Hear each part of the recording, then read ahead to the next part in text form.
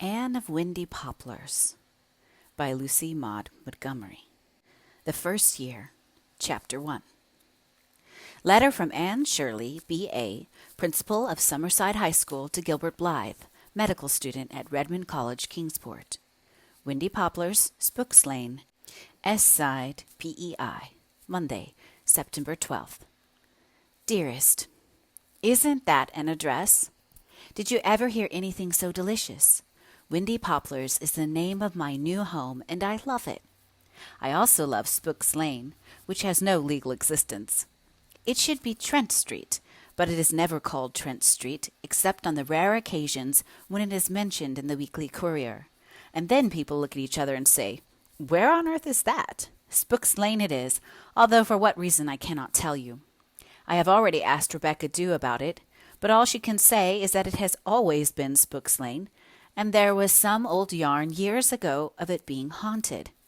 But she has never seen anything worse looking than herself in it. However, I mustn't get ahead of my story. You don't know Rebecca Dew yet, but you will. Oh, yes, you will. I foresee that Rebecca Dew will figure largely in my future correspondence. It's dusk, dearest. In passing, isn't dusk a lovely word? I like it better than twilight. It sounds so velvety and shadowy and dusky. In daylight, I belong to the world. In the night, to sleep and eternity. But in the dusk, I'm free from both and belong only to myself and you. So I'm going to keep this hour sacred to writing to you, though this won't be a love letter. I have a scratchy pen, and I can't write love letters with a scratchy pen, or a sharp pen, or a stub pen. So you'll only get that kind of letter from me when I have exactly the right kind of pen. Meanwhile, I'll tell you about my new domicile and its inhabitants. Gilbert, they're such dears. I came up yesterday to look for a boarding house. Mrs. Rachel Lynde came with me, ostensibly to do some shopping, but really I know to choose a boarding house for me. In spite of my arts course and my B.A., Mrs. Lynde still thinks I am an inexperienced young thing who must be guided and directed and overseen. We came by train, and oh, Gilbert, I had the funniest adventure. You know I've always been one to whom adventures came unsought. I just seemed to attract them, as it were. It happened just as the train was coming to a stop at the station. I got up, and stooping to pick up Mrs. Lynde's suitcase, she was planning to spend Sunday with a friend in Summerside, I leaned my knuckles heavily on what I thought was the shiny arm of a seat. In a second, I received a violent crack across them that nearly made me howl. Gilbert, what I had taken for the arm of a seat was a man's bald head. He was glaring fiercely at me and had evidently just waked up. I apologized abjectedly and got off the train as quickly as possible. The last I saw of him, he was still glaring. Mrs. Lynde was horrified, and my knuckles are sore yet. I did not expect to have much trouble in finding a boarding house, for a certain Mrs. Tom Pringle has been boarding the various principals of the high school for the last 15 years. But for some unknown reason, she has grown suddenly tired of being bothered and wouldn't take me. Several other desirable places had some polite excuse. Several other places weren't desirable. We wandered about the town the whole afternoon and got hot and tired and blue and headachy. At least I did. I was ready to give up in despair. And then Spooks Lane just happened. We had dropped in to see Mrs. Braddock, an old crony of Mrs. Lynde's, and Mrs. Braddock said she thought the widows might take me in. I've heard they want a boarder to pay Rebecca Dew's wages. They can't afford to keep Rebecca any longer unless a little extra money comes in, and if Rebecca goes, who is to milk that old red cow? Mrs. Braddock fixed me with a stern eye, as if she thought I ought to milk the red cow, but wouldn't believe me on oath if I claimed I could. "What widows are you talking about?" demanded Mrs. Lynde. "Why, Aunt Kate and Aunt Chatty," said Mrs. Braddock, as if everybody, even an ignorant B.A., ought to know that. Aunt Kate is Mrs. Amasa Macomber. She's the captain's widow, and Aunt Chatty is Mrs. Lincoln McLean, just a plain widow. But everyone calls them Aunt. They live at the end of Spooks Lane. Spooks Lane! That settled it. I knew I just had to board with the widows. "Let's go and see them at once," I implored Mrs. Lynde. It seemed to me, if we lost a moment, Spooks Lane would vanish back into fairyland. "You can see them, but it'll be Rebecca who will really decide whether they'll take you or not. Rebecca Dew rules the roost at Windy Poplars, I can tell you." Windy Poplars! It couldn't be true. No, it couldn't. I must be dreaming, and Mrs. Rachel Lynde was actually saying it was a funny name for a place. Oh, Captain Macomber called it that. It was his house, you know. He planted all the poplars round it, and was mighty proud of it, though he was seldom home and never stayed long. Aunt Kate used to say that was inconvenient, but we never got it figured out whether she meant his staying such a little time or his coming back at all. Well, Miss Shirley, I hope you'll get there. Rebecca Dew's a good cook and a genius with cold potatoes. If she takes a notion to you, you'll be in clover. If she doesn't, well, she won't, that's all. I hear there's a new banker in town looking for a boarding house, and she may prefer him. It's kind of funny, Mrs. Tom Pringle wouldn't take you. Summerside is full of Pringles and half-Pringles. They're called the Royal Family, and you'll have to get on their good side, Miss Shirley, or you'll never get along in Summerside High. They've always ruled the roost hereabouts. There's a street called after old Captain Abraham Pringle. There's a regular clan of them, but the two old ladies at Maplehurst boss the tribe. I did hear they were down on you. Why should they be? I exclaimed. I'm a total stranger to them. Well, a third cousin of theirs applied for the principalship, and they all think he should have got it. When your application was accepted, the whole kit and boodle of them threw back their heads and howled. Well, people are like that. We have to take them as we find them, you know. They'll be as smooth as cream to you, but they'll work against you every time. I'm not wanting to discourage you, but forewarned is forearmed. I hope you'll make good just to spite them. If the widows take you, you won't mind eating with Rebecca Dew, will you? She isn't a servant, you know. She's a far-off cousin of the captain's. She doesn't come to the table when there's company. She knows her place then, but if you were boarding there, she wouldn't consider you company, of course. I assured the anxious Mrs. Braddock that I'd love eating with Rebecca Dew, and dragged Mrs. Lynde away. I must get ahead of the banker. Mrs. Braddock followed us to the door. And don't hurt Aunt Chatty's feelings, will you? Her feelings are so easily hurt. She's so sensitive, poor thing. You see, she hasn't quite as much money as Aunt Kate, though Aunt Kate hasn't any too much either. And then Aunt Kate liked her husband real well, her own husband, I mean, but Aunt Chatty didn't like hers, I mean. Small wonder. Lincoln McLean was an old crank, but she thinks people hold it against her. It's lucky this is Saturday. If it was Friday, Aunt Chatty wouldn't even consider taking you. You'd think Aunt Kate would be the superstitious one, wouldn't you? Sailors are kind of like that. But it's Aunt Chatty, although her husband was a carpenter. She was very pretty in her day, poor thing. I assured Mrs. Braddock that Aunt Chatty's feelings would be sacred to me, but she followed us down the walk. Kate and Chatty won't explore your belongings when you're out. They're very conscientious. Rebecca Dew may, but she won't tell on you. And I wouldn't go to the front door if I was you. They only use it for something real important. I don't think it's been opened since Amasa's funeral. Try the side door. They keep the key under the flower pot on the window-sill, so if nobody's home, just unlock the door and go in and wait. And whatever you do, don't praise the cat, because Rebecca Dew doesn't like him. I promised I wouldn't praise the cat, and we actually got away. Ere long, we found ourselves in Spook's Lane. It is a very short side street, leading out to open country, and far away a blue hill makes a beautiful backdrop for it.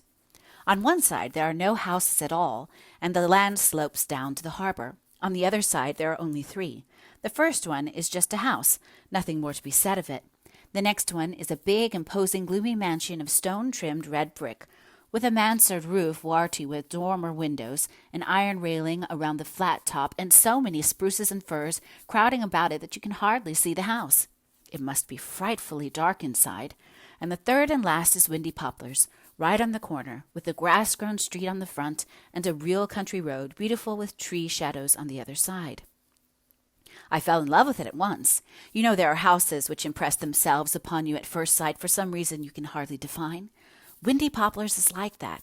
I may describe it to you as a white frame house, very white, with green shutters, very green, with a tower in the corner and a dormer window on either side, a low stone wall dividing it from the street, with aspen poplars growing at intervals along it, and a big garden at the back where flowers and vegetables are delightfully jumbled up together. But all this can't convey its charm to you. In short, it is a house with a delightful personality and has something of the flavor of Green Gables about it. This is the spot for me. It's been foreordained, I said rapturously. Mrs. Lynde looked as if she didn't quite trust foreordination. It'll be a long walk to school, she said dubiously. I don't mind that. It would be good exercise. Oh, look at the lovely birch and maple grove across the road. Mrs. Lynde looked, but all she said was, I hope you won't be pestered with mosquitoes. I hoped so, too. I detest mosquitoes. One mosquito can keep me awaker than a bad conscience. I was glad we didn't have to go in by the front door. It looked so forbidding. A big double-leaved, grained wood affair flanked by panels of red flowered glass. It doesn't seem to belong to the house at all. The little green side door, which we reached by a darling path of thin, flat sandstones sunk at intervals in the grass, was much more friendly and inviting. The path was edged by very prim, well-ordered beds of ribbon grass and bleeding heart and tiger lilies and sweet william and southernwood and bride's bouquet and red and white daisies and what Mrs. Lynde calls peonies. Of course, they weren't all in bloom at this season, but you could see they had bloomed at the proper time and done it well.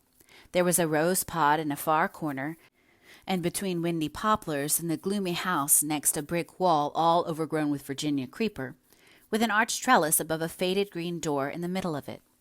A vine ran right across it, so it was plain it hadn't been opened for some time. It was really only half a door, for its top half is merely an open oblong through which we could catch a glimpse of a jungly garden on the other side. Just as we entered the gate of the garden of Windy Poplars, I noticed a little clump of clover right by the path. Some impulse led me to stoop down and look at it. Would you believe it, Gilbert? There, right before my eyes, were 3 4-leafed clovers. Talk about omens.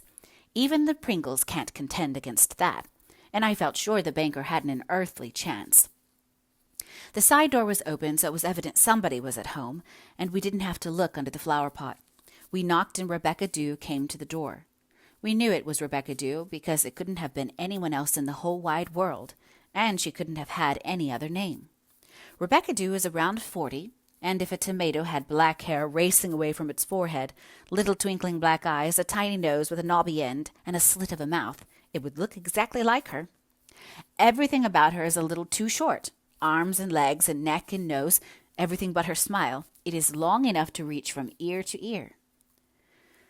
But we couldn't see her smile just then. She looked very grim when I asked if I could see Mrs. Macomber. You mean Mrs. Captain Macomber, she said rebukingly, as if there were at least a dozen Mrs. Macombers in the house. Yes, I said meekly, and we were forthwith ushered into the parlor and left there. It was rather a nice little room, a bit cluttered up with antimacaruses, but with a quiet, friendly atmosphere about it that I liked. Every bit of furniture had its own particular place, which it had occupied for years. How that furniture shone! No bought polish ever produced that mirror-like gloss. I knew it was Rebecca Dew's elbow grease. There was a full-rigged ship in a bottle on the mantelpiece, which interested Mrs. Lynde greatly. She couldn't imagine how it ever got into the bottle, but she thought it gave the room a nautical air. The widows came in. I liked them at once. Aunt Kate was tall and thin and gray, and a little austere, Marilla's type exactly, and Aunt Chetty was short and thin and gray, and a little wistful. She may have been very pretty once, but nothing is now left of her beauty except her eyes. They are lovely, soft and big and brown. I explained my errand, and the widows looked at each other. We must consult Rebecca Dew, said Aunt Chatty. Undoubtedly, said Aunt Kate. Rebecca Dew was accordingly summoned from the kitchen. The cat came in with her, a big fluffy Maltese with a white breast and a white collar. I should have liked to stroke him, but remembering Mrs. Braddock's warning, I ignored him. Rebecca gazed at me without the glimmer of a smile.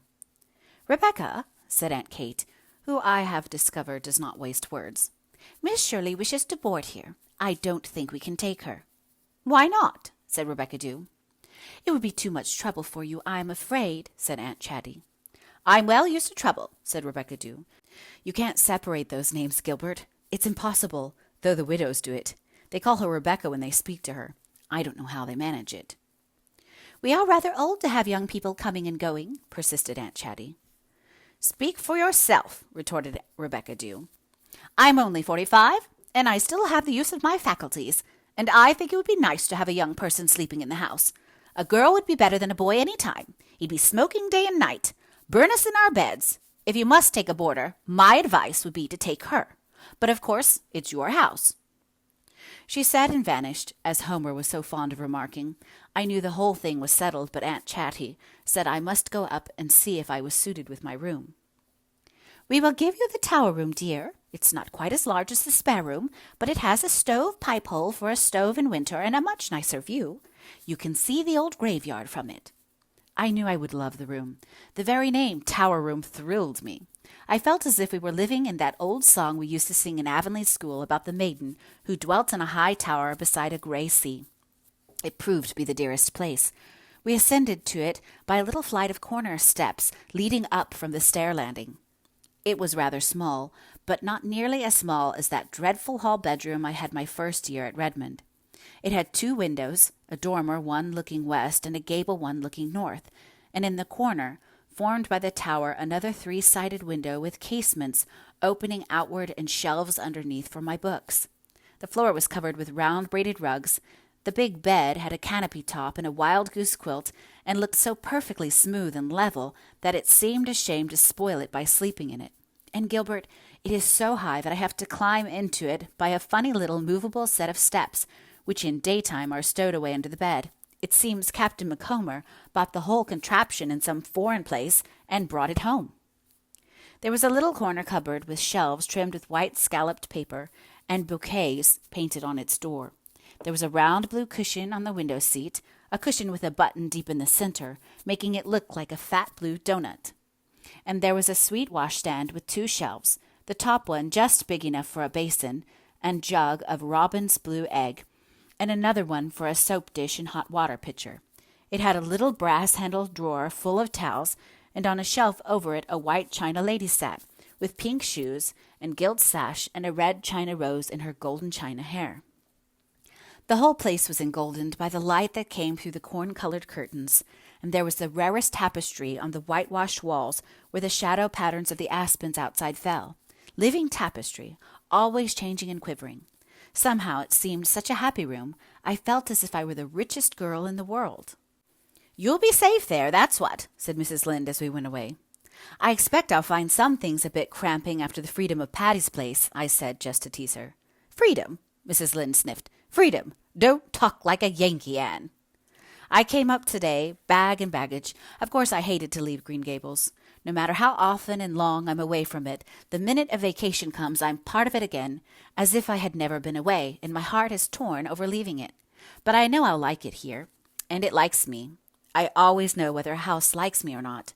The views from my windows are lovely, even the old graveyard, which is surrounded by a row of dark fir trees and reached by a winding, dyke-bordered lane.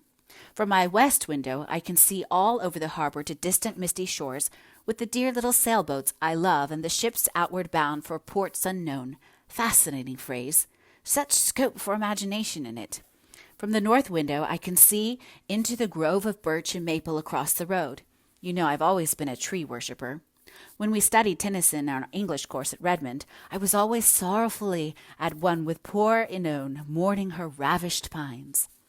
Beyond the grove and the graveyard is a lovable valley with the glossy red ribbon of a road winding through it and white houses dotted along it. Some valleys are lovable. You can't tell why.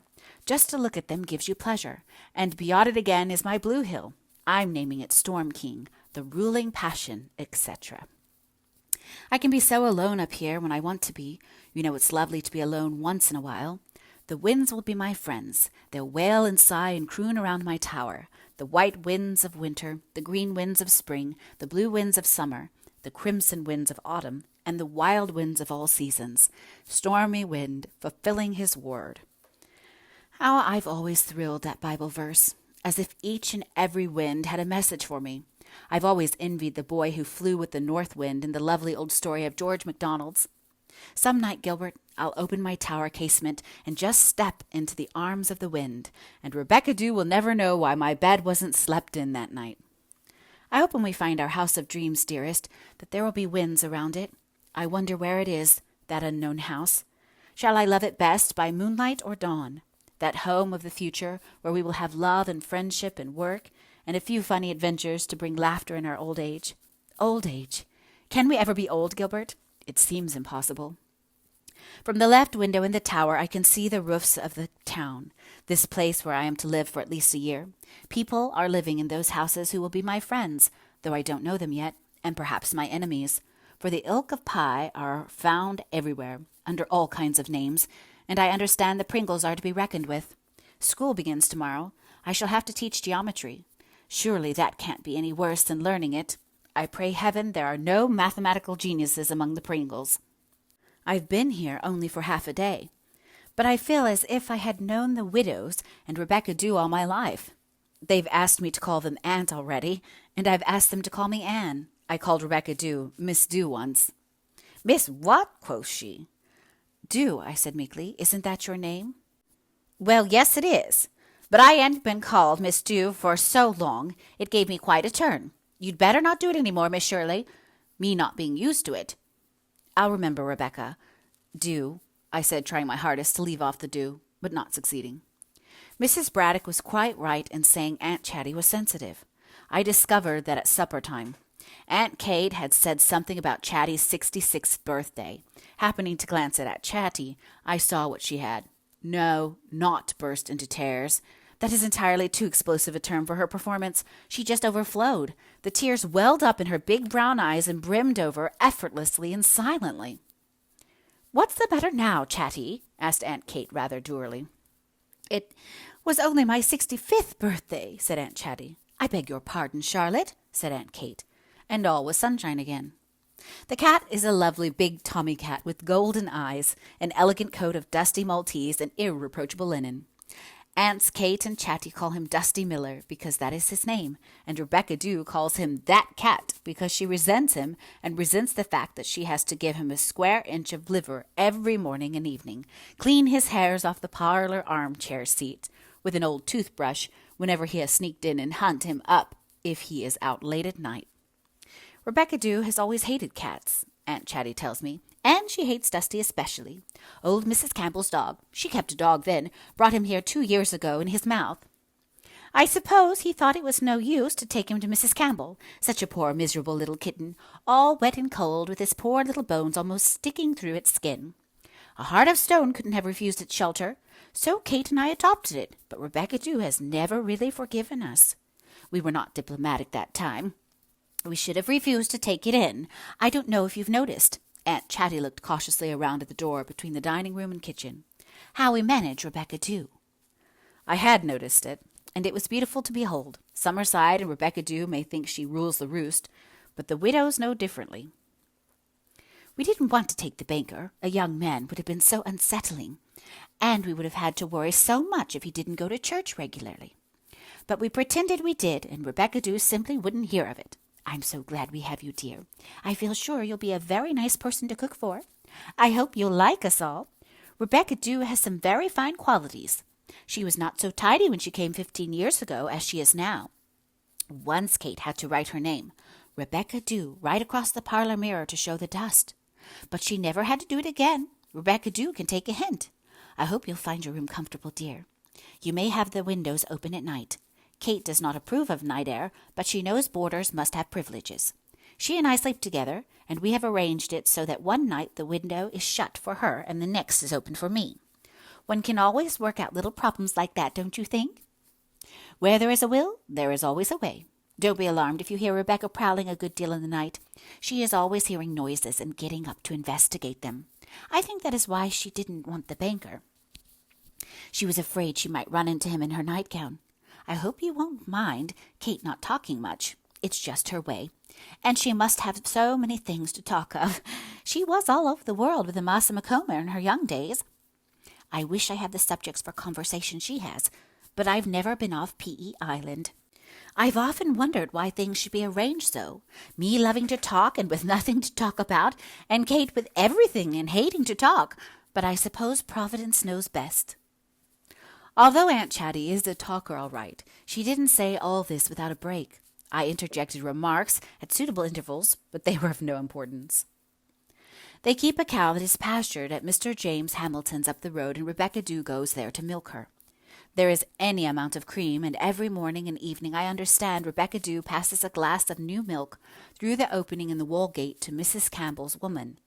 It is for little Elizabeth, who must have it under doctor's orders. Who the woman is, or who Elizabeth is, I have yet to discover. Mrs. Campbell is the inhabitant and owner of the fortress next door, which is called the Evergreens. I don't expect to sleep tonight. I never do sleep my first night in a strange bed, and this is the very strangest bed I've ever been in. But I won't mind. I've always loved the night, and I like lying awake and thinking over everything in life, past, present, and to come, especially to come. This is a merciless letter, Gilbert. I won't inflict such a long one on you again, but I wanted to tell you everything so that you could picture my new surroundings for yourself. It has come to an end now, for far up the harbor the moon is sinking into Shadowland. I must write a letter to Marilla yet. It will reach Green Gables the day after tomorrow, and Davy will bring it home from the post office, and he and Dora will crowd around Marilla while she opens it, and Mrs. Lynde will have both ears open. Oh, that has made me homesick. Good night, dearest.